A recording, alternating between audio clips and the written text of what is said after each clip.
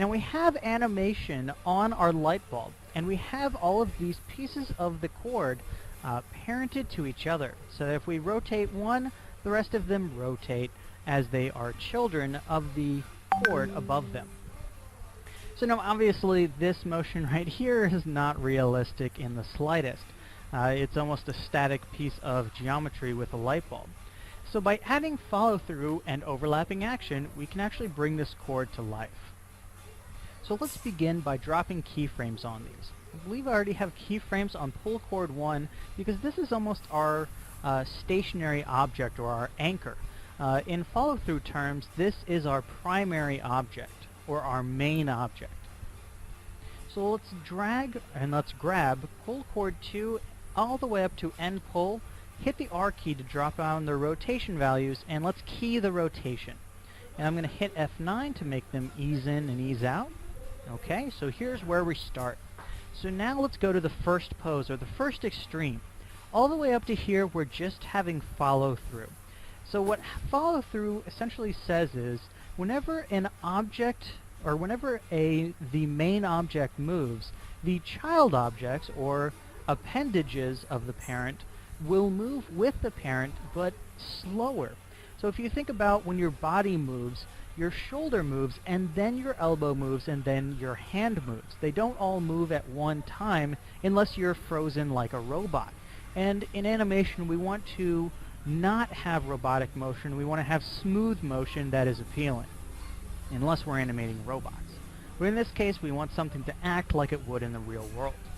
So let's begin by going to the first pose, or the first extreme, where the primary object is putting a force on the children.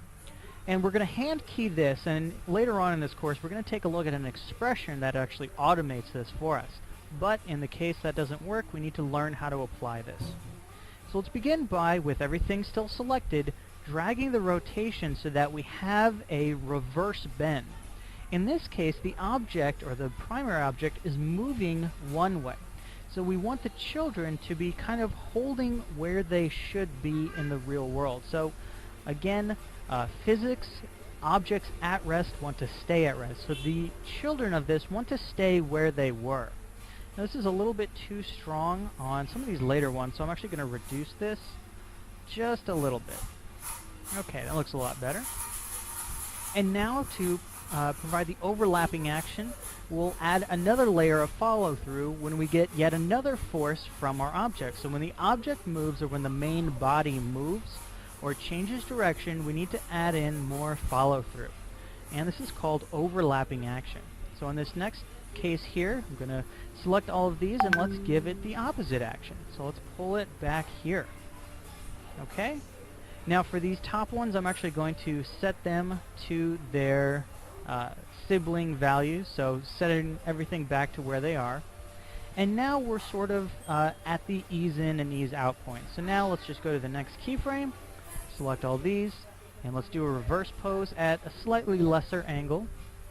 Go forward, and again we're just easing in and easing out at this point. Since the primary object is no longer changing direction, this is now ease in and ease out and not follow through. So to finish this off, let's just bring this back down to 0. So let's go to -2 and then 0.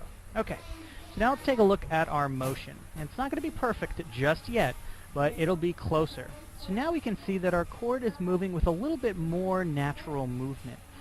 It's a little bit weird, and that's because we haven't yet done the offset.